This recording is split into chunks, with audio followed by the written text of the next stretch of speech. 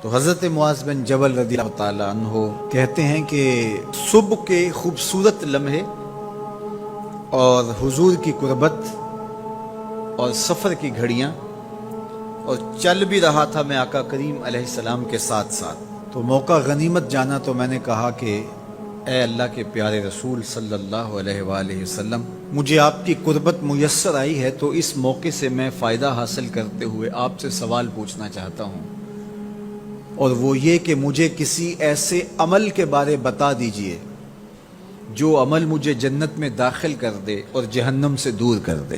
تو حضور علیہ السلام نے اس سوال پر ان کی تحسین فرمایا تو نے بہت بڑا سوال کیا ہے، اس کا جو جواب ہے کہ جنت نصیب ہو اور مجھے جہنم سے نجات ملے، تو یہ اتنا آسان کام نہیں ہے، یہ بڑا مشکل کام ہے، لیکن جس پر اللہ آسان کر دے اس کے لیے مشکل نہیں ہے۔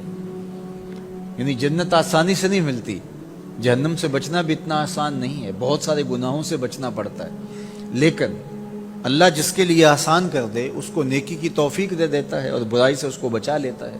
اگر تو چاہے کہ جنت میں جائے اور جہنم سے نجات ملے تو تمہیں اللہ پر ایمان بھی لانا پڑے گا، اور ایسا ایمان جس میں شرک کی آمیزش تک نہ ہو، اسی کی عبادت تیری زندگی کا مقصود ہو، اور نماز بھی ادا کرنا ہوگی، زکوٰۃ بھی دینا ہوگی، روزے بھی رکھنے پڑیں گے، اور تجھے حج بھی کرنا پڑے گا۔ جنت میں داخلے کے لیے یہ شرائط ہیں کہ تم یہ کام کرو گے۔ پھر ارشاد فرمایا میں تمہیں بھلائی کے دروازے ہی نہ بتا دوں۔ ارشاد فرمایا الصوم جنہ، روزہ ڈھال ہے۔ ڈھال آپ سمجھتے ہیں، اگر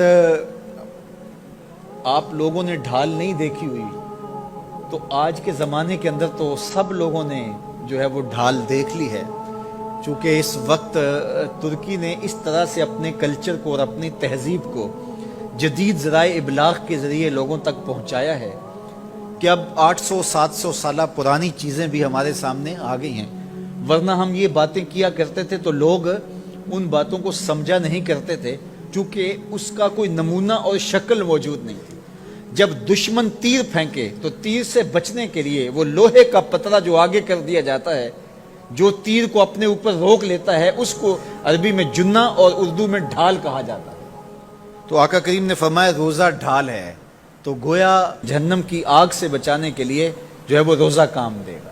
وَالصَّدْقَةُ تُطْفِئُ الْخَطِیَّةَ، یہ گناہوں کو مٹا ڈالتا ہے، جس طرح کہ آگ کو پانی بجھا ڈالتا ہے، تو اس طرح جب صدقہ دیا جاتا ہے تو جو گناہ ہوتے ہیں وہ ایسے مٹتے ہیں کہ لگتا ہے یہاں گناہ تھے ہی نہیں۔ آگے ارشاد فرمایا رات کے پیٹ میں نماز ادا کرنا، یعنی تہجد کی نماز ادا کرنا۔ پھر حضور علیہ السلام نے یہ آیت پڑھی تتجافی جنوبہم عن المضاجع، ان کی کروٹیں بستروں سے الگ رہتی ہیں، خوف اور طمع میں وہ اللہ کو پکارتے ہیں اور وہ رات کو جاگتے ہیں، ان کی کروٹیں بستروں سے الگ رہتی ہیں، حتی بلغ یعملون، یہ آیت پڑھتے ہوئے آخر تک حضور نے تلاوت فرمائی۔ تو فرمایا جس طرح صدقہ آگ کو بجھا دیتا ہے، اس طرح پچھلے پہر کی نماز، تہجد کے سجدے بھی اللہ جل شانہ کے غصے کو ختم کر دیتے ہیں اور جہنم کی آگ کو مٹا ڈالتے ہیں۔ پھر حضور نے ارشاد فرمایا کہ میں تمام امور کی جڑ نہ بتا دوں کیا ہے، جتنے بھی معاملے ہیں اس کی جڑ ہی نہ بتا دوں۔ میں نے جھولی پھیلا کے کہا حضور کیوں نہیں، خیرات ڈالی ہے۔ تو حضور نے ارشاد فرمایا راس الامر الاسلام، سارے امور کی جڑ اور بنیاد، سر اسلام ہے۔ اگر اسلام ہے تو عمل قابل قبول ہے، اور اگر اسلام ہی نہیں ہے تو پھر جتنے مرضی نیک عمل کرتے رہیں، جتنا مرضی پانی ڈالیں، جتنی مرضی کھاد ڈالیں، تو اگر جڑ ہی نیچے سے کٹی ہوئی ہے تو درخت ہو پائے گا؟ کبھی بھی نہیں ہو پائے گا۔ تو کہا جڑ اسلام ہے، اس لیے عقیدے کی صحت عمل کی قبولیت کی ضمانت ہے۔ تو تمام امور کی جڑ اور بنیاد اور سرا اسلام ہے، اور اس کا ستون نماز ہے۔ اور صحابہ نماز کے جس طرح پابند رخوگر تھے، تو وہ تاریخ کی روایات آپ دیکھ سکتے ہیں، آپ کو ایک صحابی بھی بے نماز نہیں ملے گا۔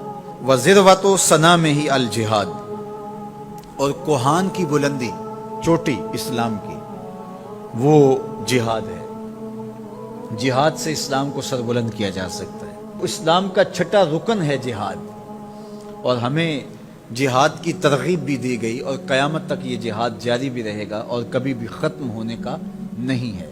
ہاں اس کے اصول و ضوابط ہمیں دیے گئے، جہاد کے نام سے فساد فی الارض نہ کیا جائے، لیکن جہاد کا انکار اسلام کا انکار ہے۔ یہ اسلام کی چوٹی ہے، ذروۃ و سنام کہا گیا، یہ کوہان کی بلندی ہے۔ تو حضور علیہ السلام نے آخر میں فرمایا کہ میں تمہیں سارے معاملات کی جڑ ہی نہ بتا دوں، خلاصہ ہی نہ بیان کر دوں؟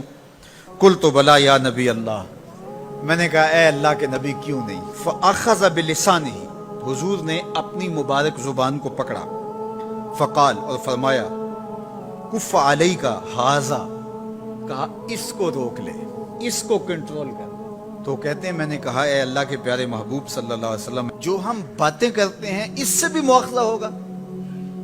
یعنی عمل پر تو پکڑ ہوگی، لیکن جو ہم زبان سے بات نکال دیتے ہیں تو کیا اس بات پر بھی مواخذہ ہوگا؟ تو حضور علیہ السلام نے ارشاد فرمایا کہ لوگ منہوں کے بل یا ٹھوڑیوں کے بل جہنم میں ڈالے جائیں گے، یہ ان کے بولے ہوئے بولوں کی وجہ سے ہوگا، ان کی زبان کی کمائی کی وجہ سے ہوگا۔ تو اپنی زبان کی حفاظت کرو تو جنت کا داخلہ مل جائے گا۔ تو گویا زبان کی حفاظت سے لے کر کے اللہ کے حضور سجدے تک اور اللہ کی عبادت تک، یہ ہے وہ نصاب جو جنت میں جانے کا ہے۔ اللہ ہم سب کو 5 گانا باجماعت نماز کی توفیق دے، اللہ ہمیں توفیق حج کی نصیب کرے، اللہ ہمیں رمضان المبارک کے روزے رکھنے کی توفیقات سے مالا مال کرے، اللہ اپنی راہ میں جد و جہد اور جہاد کی توفیق سے مالا مال کرے، اور اللہ ہمیں ہماری زبان کی حفاظت کی توفیق دے تاکہ ہم خیر کی راہوں کے مسافر رہیں۔